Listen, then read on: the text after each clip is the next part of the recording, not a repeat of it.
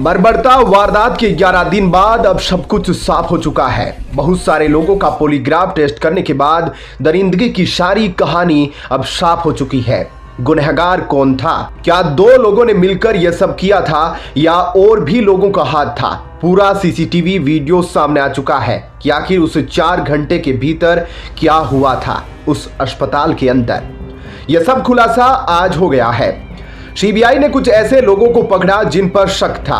उन लोगों ने ऐसी कुछ बातें बताई जो ब्रेकिंग न्यूज बन चुकी है। महिला डॉक्टर को चिल्लाने से रोकने के लिए क्या कुछ किया गया, कितने लोग उसमें शामिल थे, क्या हुआ था उस डॉक्टर बिटिया के साथ अंतिम 4 घंटे में, यह सब कुछ अब सीबीआई ने पता लगा लिया है। संजय रॉय की वकील कविता सरकार यह कह चुकी है कि संजय रॉय गुनहगार नहीं है और उसे बरी कराकर रहेगी। फिर इसके पीछे किस किस का हाथ है, यह हकीकत संजय रॉय अपने वकील कविता सरकार को जरूर बताया होगा, क्योंकि बोलते हैं ना कि डॉक्टर और वकील से कभी झूठ नहीं बोलो, क्योंकि वे दोनों प्रोफेशन ऐसे हैं जो आपके लिए काम करते हैं और आपके पर्सनल भलाई के लिए काम करते हैं। तो ऐसे में अगर संजय रॉय हकीकत अपने वकील को बता सकता है तो सीबीआई उससे क्यों नहीं हकीकत उगलवा सकती है। जब सीबीआई ने संजय रॉय से पूछा कि जिस दिन यह वारदात हुई उसके एक दिन पहले वह उस महिला डॉक्टर को खूंखार जानवर की तरह क्यों देख रहा था, क्योंकि सीसीटीवी से पता चला है कि वह वारदात के दिन डायरेक्ट नहीं गया था, बल्कि उसके एक दिन पहले ही प्लानिंग हुई थी और उस प्लानिंग के तहत इसे अपना शिकार मिल गया था। और यह शिकार किसने प्रोवाइड किया था और किसकी मिली भगत से था, यह सभी अब सीबीआई खंगाल रही है, क्योंकि संजय रॉय अभी भी अपनी गलती कबूल नहीं कर रहा है, क्योंकि उसके वकील ने जो कुछ सिखाया होगा कि सीबीआई के सामने क्या कुछ बोलना है वही फॉलो कर रहा है संजय रॉय। लेकिन सीबीआई से कोई भी झूठ छुप नहीं सकता, क्योंकि यहाँ पर बहुत बड़ा सुराग मिल गया है। सीबीआई ने हकीकत सब कुछ पता लगा ली है। सीबीआई ने एक दिन पहले का और वारदात वाले दिन का सीसीटीवी फुटेज निकाला तो उसे पता चला कि संजय रॉय जो है उस सेमिनार हॉल में घुसता है और सेमिनार हॉल में पहले से वह डॉक्टर बिटिया बेहोशी की हालत में थी, या बोले तो 90% खत्म हो चुकी थी। यानी यह क्लियर नहीं है सीसीटीवी में कि सोई थी या फिर उसे वहां पर शव कांड होने के बाद रखा गया था। संजय रॉय भी खुद को बचाने के लिए हकीकत नहीं बता रहा, वह तो बस यही बोल रहा है कि वह गेट खोला और देखा वह सोई हुई है तो वापस आ गया, और इससे ज्यादा कुछ बोल भी नहीं सकता है।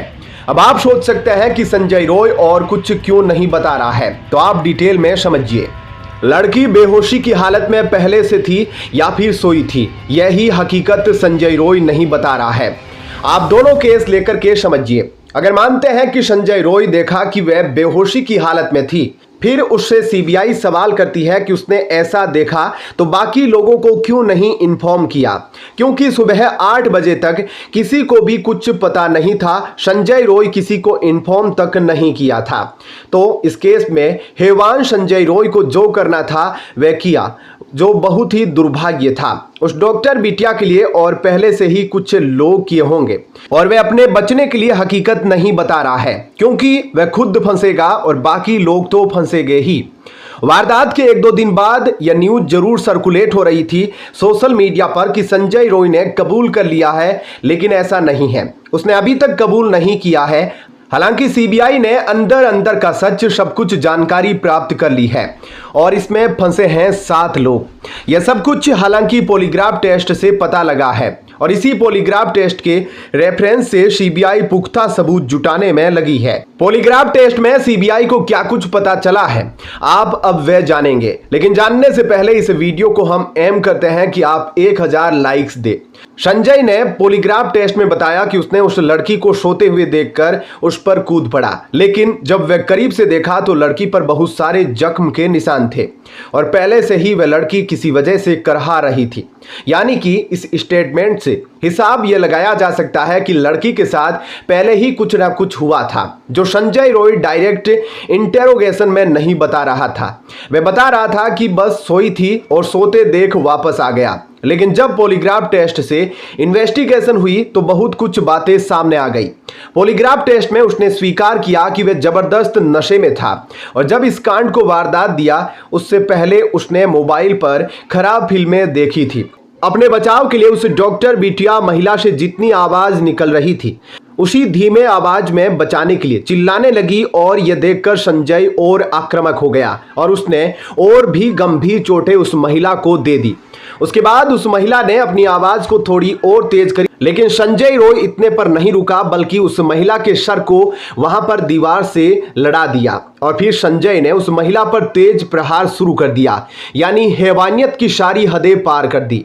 संजय ने उस पर काबू पाने के लिए उसके चेहरे पर एक जोरदार घुस्सा मारा जिससे उसके चश्मे भी टूट गए और आंख मुंह से ब्लड आने लगा। संजय के नाखून देखने के बाद मानो ऐसा लगता है कि संजय पिछले 1 महीने से अपने नाखून को नहीं काटा हो और उसने अपने बड़े बड़े नाखून से उस डॉक्टर बिटिया के शरीर पर बहुत सारी खरोंच दे दी थी, क्योंकि महिला के चेहरे के ऊपर उसके शरीर के ऊपर नाखून से खरोंच के निशान मिले हैं। इन सब चीजों से पता चलता है कि पीड़िता ने खुद को बचाने के लिए अंतिम 40 मिनट तक काफी संघर्ष किया था, जिसके बाद महिला जितनी बची हुई थी पहले से ही वह खत्म हो गई और अब सीबीआई के लिए जो सबसे बड़ा रहस्यमयी स्थल बन गया है तो वह है सेमिनार हॉल और यहीं से सीबीआई सबूत जुटाने में लगी है।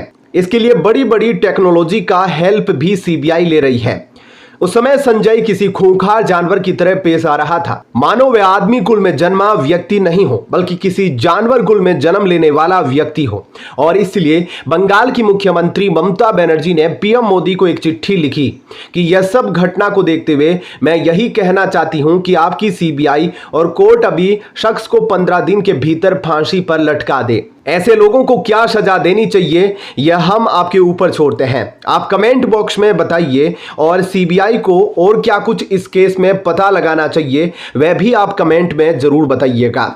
अब आपके मन में सवाल उठ रहा होगा कि आखिर संजय रॉय को बचाने के लिए जिस वकील ने आगे आकर इस केस को लिया वह कैसी इंसान होगी, क्योंकि कल संजय रॉय को बचाने के लिए जो वकील इसमें दिन रात एक कर दी है वह वकील एक महिला ही है। मैं उनकी वकालत की एक्सपीरियंस क्या है और संजय रॉय को वह वकील क्यों बचा रही है, इस पर आपको थोड़ी जानकारी देना चाहता हूं। इस पर भी आप थोड़ा गौर जरूर कीजिएगा, क्योंकि जिस आरोपी का केस सभी वकीलों ने लड़ने से मना कर दिया था आखिर उसको वकील कैसे मिल गया। संजय रॉय का केस लड़ने वाली कविता सरकार वकालत के पैसे में पिछले 25 सालों से है। अब आप सोच रहे होंगे कि बलात्कार, मर्डर जैसे अपराधों में आरोपियों को वकील कैसे और क्यों मिलता है, तो थोड़ा यह समझिए। भारतीय कानून में हर आरोपी को अपना पक्ष रखने का अधिकार है। गरीब लोगों और जघन्य अपराध में जब कोई भी आरोपी का केस लड़ने को तैयार नहीं होता है तो ऐसे मामलों में जज वकील को नियुक्त कर सकते हैं। सियालदा कोर्ट में राज्य कानून सेवा प्राधिकरण में कविता सरकार एकमात्र वकील है। इसलिए सियालदा कोर्ट के आदेश के बाद कविता सरकार को संजय रॉय का केस मिल गया, क्योंकि हर वकील चाहता है कि वह केस जीते। इसलिए संजय रॉय का केस मिलने के बाद उन्होंने कहा कि हर आरोपी को निष्पक्ष सुनवाई का अधिकार है, चाहे उस पर जो भी आरोप हो। उन्होंने कहा कि केस लड़ना उनका काम है और वे कानून के हिसाब से अपना काम करेगी। कविता किसी भी आरोपी की फांसी की सजा के खिलाफ है।